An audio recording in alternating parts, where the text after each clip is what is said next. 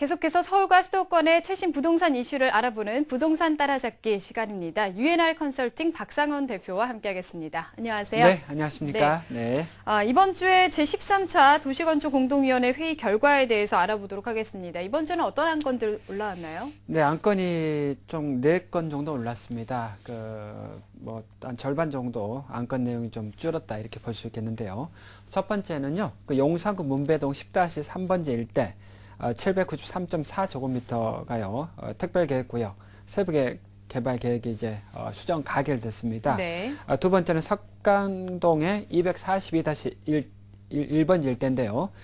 구역계획 및 기반시설 일부 변경돼서 수정 가결됐습니다. 세 번째는요, 중구 북창동의 131번지 일대인데요. 관광 숙박시설 건립의 용적률이 완화 건에 대해서는 보류가 됐고요. 네. 강남구 개포동의 651-1번지 일대는 개포 우성 9차 리모델링에 대한 적용 완화도 이 건도 역시 보류가 됐습니다. 네. 우선 첫 번째 안건부터 좀 살펴보겠습니다. 용산구인데요. 문배동 문배업무지구에 오피스텔과 도시형 생활주택 들어선다고 네, 하죠? 그렇습니다. 문배동 10-3번지 일대 793.4제곱미터에 대한 용산 지구단위 계획 구역 내 문배 업무지구 특별계획구역 4-1 세부개발계획 결정안이 통과됐습니다. 이 계획안을 보니까요, 이 건축물의 용적률이 797%고요. 지하 3층, 지상 16층, 높이 50m 이하로 지어지고요. 숙명여대 등 대학생 수요를 흡수할 수 있는 오피스텔 100실가, 도시형 생활주택 29설이 들어서고요. 1층에 3층에는 근린생활시설이 들어서게 됩니다. 네. 지하 3층에 20톤 규모의 빗물 이용 시설과 옥상의 녹화를 계획해서요, 폭우에 대비한 한편 도시 건축 흐름을 잘 반영했다는 평가를 받고 있습니다. 문제가 됐던 교통 문제인데요. 사업지 북측 이면도로를 일부 개설해서 청파로에서 차량 진출입을 허용하고요. 지역 개발이 완료되면은 청파로의 차량 진출입을 금지하고 이면도로만 이용할 수 있도록 했습니다.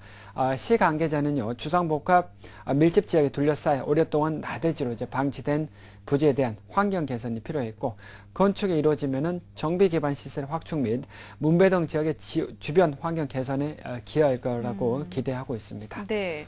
그리고 다음 안건은 서울 지하철 6호선 돌고지역 인근입니다. 석관 지구단위 계획 구역 내 특별계획 구역이 새로 지정됐다고요? 네, 그렇습니다. 역세권으로서 기능이 강화되고 인근 장애 재정비 촉진 지구와의 가로 활성화 사업 연속 중위를 위한 조치로 보면 될 것 같습니다.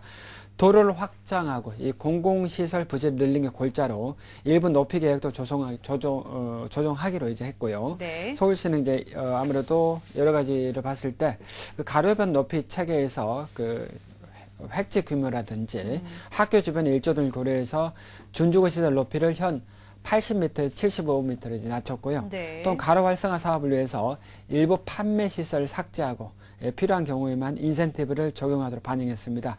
문화 및 집회, 근생시설이 대표적이고요.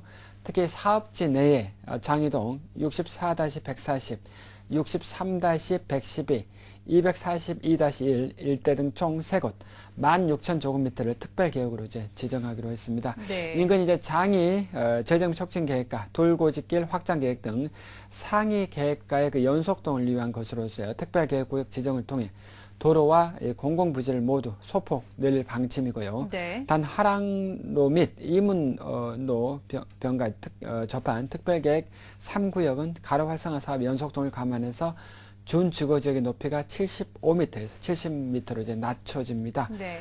서울시 관계자는요, 해당 사업지는 지하철 6호선과 하랑로와 이문로, 북부 간선도로가 경유하는 교통 여건이 뛰어난 곳으로 향후 재정비를 통해서 주거 환경이 크게 개선될 것이라고 얘기하고 있고요. 시가 추진하는 주민참여 재생사업 등 다양한 개발 방법을 논의하기에는 한계가 있어 조만간 세부적인 개발안을 꾸밀 방침으로 알려지고 있습니다. 네네. 네. 그리고 강남 쪽으로 한번 가보겠습니다. 개포 우성 9차 아파트에 대한 내용은 보류가 됐는데 지금 상황 어떤가요? 네, 현재 그 개포 우성 9차 같은 경우가 총 그 232가구인데요. 지난 2009년부터 리모델링 방식으로 사업을 추진했습니다는 네. 수년째 사업이 이제 멈춰져 있습니다. 이 사업이 이게 지지부진한 가장 큰 이유가 용적률의 그 제한 때문인데요. 이 91년도에 이제 지어졌고요. 개포 택지개발지구 내에 위치해 있어서 지구 단위 계획상 용적률이 250%까지만 리모델링이 이제 가능합니다. 현재 용적률이 249.3%에 달해서 이 규정대로라면요 면적을 늘릴 수 없고요. 네. 강남권에서 비슷한 시기에 지어진 중층 아파트들이 훨씬 높은 용적률을 적용받아 리모델링을 추진 중인 것과 이제 현재 대비되고 있습니다. 네. 현재 리모델링 공사가 한창 대치 우성, 청담, 두산 같은 경우가 347%, 372%의 그 용적률을 적용하고 있고요. 같은 중층 아파트지만 택지지구가 아니어서 주택법을 적용받기 때문에 용적률 관계없이 기존 면적의 30%까지 중축이 가능하기 때문입니다. 네. 아무래도 그 개포지구 같은 경우는 지구 단위 계획이 이제 수립됐기 때문에 아무래도 주택법이 아닌 국토계획법을 적용받아서 용적률이 제한됩니다. 이 같은 이유로 우성 9차뿐만 아니라 같은 지구 내 개포 대청 등도 리모델링 사업이 좀 지지부진합니다. 강남구청에서도 아무래도 주무부처인 그 국토교통부가 택지지구 내 아파트 같은 경우가 지구 단위 계획상 기준 용적률이 250%를 넘으면 안 된다는 입장이다 보니 사업이 좀 어려워졌다고 이제 보고 있는데요. 지구 단위 계획이라고 이제 봤을 때는요, 아무래도 그 이해하기 쉽게 보면은 아무래도 그 건축물의 높이라든지 그다음 공원이라든지 네. 학교라든지 이거를 구역별로 이제 나눠 가지고 이 생활하기 좋게 상당히 이제 계획된 도시다. 네, 이렇게 네. 보시면은 될 것 같습니다. 그래서 이런 구역에 있는 아파트 같은 경우가 이제 재건축을 하다 보니까 상당히 용적률에 이제 규제를 많이 받고 있다. 이렇게 네네. 보시면 될 것 같습니다. 네. 그리고 이번 주에 또 가장 뜨거웠던 감자가 서울시가 경전철 사업을 재추진하겠다고 밝히면서 이 부동산 시장에도 좀 여파가 있을 것 같은데요. 노선이 지나는 지역마다 지금 반응이 어떤가요? 그렇습니다. 전반적으로 뭐 반응이 그 기존에 한번 추진했던 단지가 이제 거의 뭐 사업성을 이 안 좋다는 이유로 많이가 이제 폐기될 위험에 처했었는데요. 네네. 다시 이제 이번 주에 재추진하겠다. 또 일부 구간 같은 연장하겠다. 이런 안이 네네. 나와서 상당히 좀 이 부동산 시장에서는 상당히 좀 좋게 이제 상당히 받아들고 있는데요. 경전철이 아무래도 그 경기도 용인이라든지 뭐 의정부 같은 경우가 네. 이 개통을 하고 있지만은 상당히 적자 운행을 하고 있고 네. 이런 부분 때문에 서울시도 많이 고민했었는데 서울시 같은 경우는 아무래도 신규 분양 입주 단지도 많고 그렇기 때문에 충분히 사업성이 있기 때문에 재추진한다는 이런 방침은 알려져 있기 때문에 아무래도 그 현지 반응도 뭐 그다지 이제 또 나쁘지 않은 실정입니다. 네. 네. 지금 그 노선들을 조금 볼게요. 어떤 노선들이 확정이 됐죠? 이 노선이 뭐 아무래도 그 신림선 같은 경우가 여의도에서 서울대 앞입니다. 그래서 서울대 앞에 그 정문까지 이제 가게 되는데요. 현재는 그 비용을 서울대에서 일부 한 절반 정도는 비용 분담을 해라 이런 네. 안건이 나와 있는데 서울대에서 이제 비용이 한 몇백억 정도 이제 부담이 되기 때문에 이게 좀 이렇게 논의되고 있고요. 네네. 동북선이 왕십리역에서 상계역, 면목선이 청량리에서 신내동, 서부선이 세절에서 서울대 입구역, 우이신설 연장선이 우이동에서 방학동, 목동선이 신월동에서 당산역, 남곡선이 이 보라목 공연에서 난양동 등 7개 노선입니다. 네. 위례신도시 신사역이고요. 위례선 복정역에서 마천역 등이 2개의 선인데요. 이 가운데 위례선 같은 경우는 아무래도 해외 같은 데 나가게 되면은 이 트램이라고 아시죠? 네. 위에 그 위에서 가는. 전기로 움직이고 철도가 이제 있으면서 상당히 이제 명물로 알려져 있습니다. 그래서 네. 트램은 이제 많이 운영이 될 것 같습니다.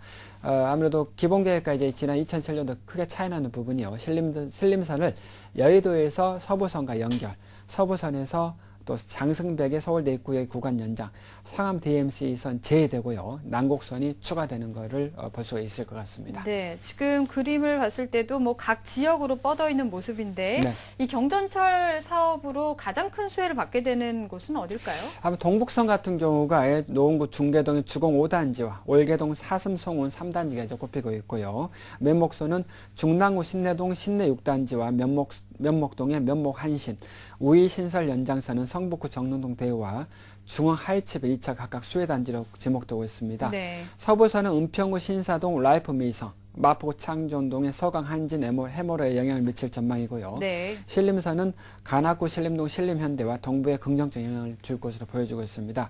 먹동선의 수혜단지로는요. 양천구 신정동의 신트리 1단지, 신트리 4단지, 신트리 3단지, 먹동 신시가 14단지 등이 꼽혔고요. 난곡선의 수혜는요. 간악구 신림동 신림 푸르지오 2차와 인강 간악파크가 예상이 되고 있습니다. 네. 그리고 이 중에서도 아무래도 그 하반기 분양을 앞둔 뭐 위례 신도시처럼 네. 이런 사업제도 관심이 더 쏠리고 있죠.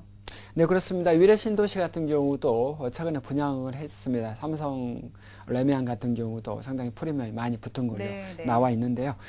이번에 새로 신설된 위례 신사선 도입에 따라 하반기 분양을 앞둔 위례 신도시가 더욱더 관심을 끌 것으로 이제 보여지고 있는데요. 네. 송파구, 성남, 사남시에 걸쳐서 위례 신도시가 강남권 입지에도 상당히 가깝고 지하철 접근성이 좀 떨어져서 교통이 좀 불편하다는 지적이 많았습니다만은 이번에 이제 경전철이 확정됨으로써 상당히 편리하게 이용할 수 있을 것 같습니다.